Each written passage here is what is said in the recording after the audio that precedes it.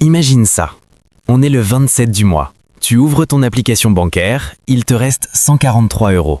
Tu sais que ton salaire arrive dans 3 jours, mais tu te dis quand même, comment c'est possible? Je gagne correctement ma vie. Et le pire, le mois dernier, c'était pareil. Et celui d'avant aussi. Maintenant, imagine un autre scénario. Même situation, même salaire, mais cette fois, tu ouvres ton compte et tu vois 1000 euros de côté. Pas investi, pas bloqué, juste là. Et bizarrement, tu te sens différent. Plus calme, moins stressé, plus confiant. Voici le truc. La différence entre ces deux personnes n'est pas le salaire. Ce n'est même pas l'intelligence. C'est la règle des 1000 euros. Et oui, ce simple seuil prédit énormément de choses sur ton futur financier. Je m'appelle Zach et je passe beaucoup trop de temps à penser à la psychologie de l'argent et aux stratégies d'investissement intelligentes. Si tu es quelqu'un qui gagne de l'argent mais qui a l'impression qu'il disparaît toujours trop vite, assure-toi d'appuyer sur le bouton s'abonner et de mettre un pouce bleu à cette vidéo si ça t'aide. Écoute, on nous a toujours dit que la richesse commence avec l'investissement, que le secret c'est la bourse, l'immobilier, les cryptos, les ETF. Mais voici ce que la plupart des gens ne réalisent pas. Si tu n'es pas capable d'accumuler et de conserver 1000 euros en liquidité, ton problème n'est pas l'investissement, c'est le comportement. Selon une étude de la Banque centrale européenne, près de 35% des ménages européens ne pourraient pas couvrir une dépense imprévue de 1000 euros sans emprunter ou vendre quelque chose. Aux États-Unis, c'est pire. La Federal Reserve a rapporté qu'environ 37% des Américains ne peuvent pas payer une urgence de 400 $ sans s'endetter. Maintenant, tu penses peut-être, oui, mais 1000 euros, ce n'est rien.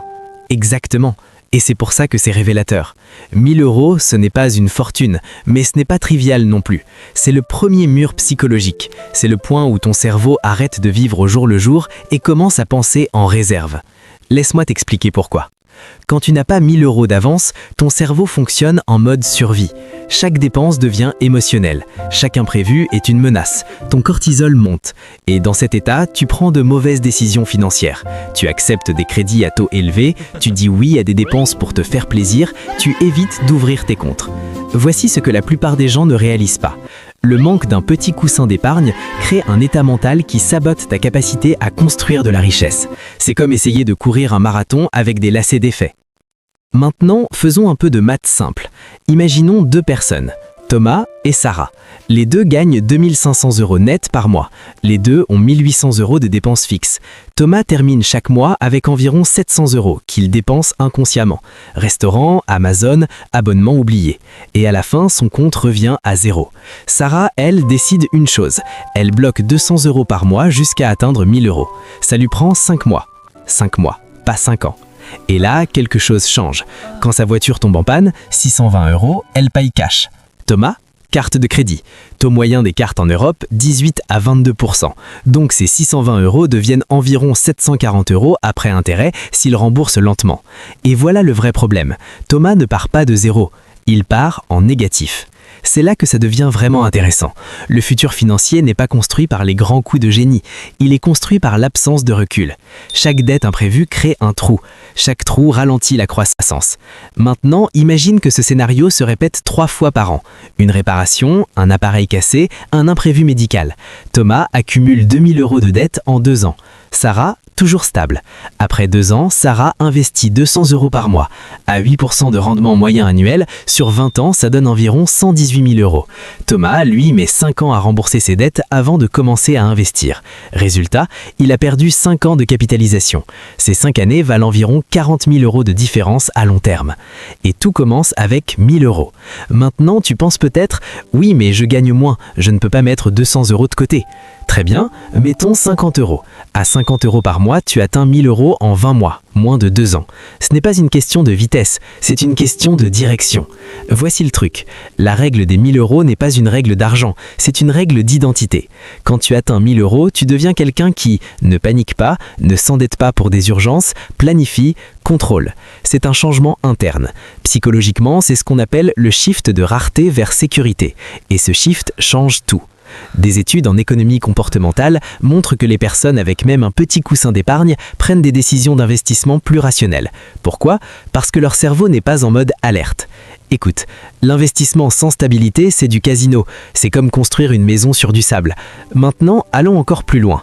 Voici ce que la plupart des gens ne réalisent pas. Les 1000 € ne sont pas le but, ils sont le test. Si tu n'es pas capable d'atteindre 1000 €, cela signifie probablement que tes dépenses sont hors contrôle, ton style de vie dépasse ton revenu, tu n'as pas de système. Et c'est exactement ce qui empêche les gens d'atteindre 100 000 € plus tard.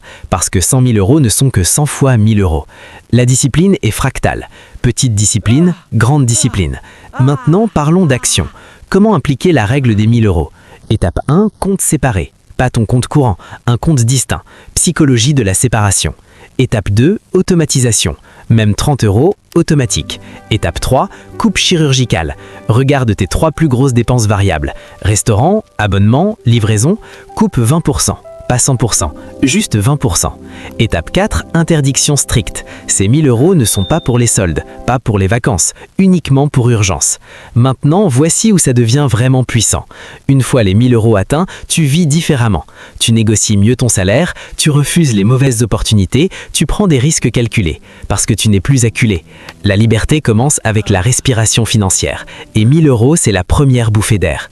Je vais être un peu direct. Si tu n'as pas 1000 € de côté, investir en bourse ne devrait pas être ta priorité. Construis la base. Ensuite seulement, attaque la croissance. Et quand tu dépasses 1000 €, passe à 3000 €. Puis 6000 €, environ 3 mois de dépenses, puis investis agressivement. C'est l'ordre intelligent. Ce n'est pas sexy, mais c'est puissant. Je sais que ce n'est pas la vidéo la plus excitante, mais si tu comprends cette règle, tu comprends pourquoi certaines personnes restent coincées toute leur vie malgré un bon salaire. Elles n'ont jamais franchi le premier seuil. Alors, voici mon défi. Si tu n'as pas encore 1000 €, fixe une date. Calcule le montant mensuel, commence aujourd'hui. Pas demain, aujourd'hui. Parce que ton futur financier ne commence pas à 100 000 €, il commence à 1000 €. Et si cette vidéo t'a fait faire réfléchir différemment à ton argent, abonne-toi. On va parler d'investissement, de psychologie, de liberté financière réelle. Mais tout commence ici, avec 1000 €. On se voit dans la prochaine vidéo.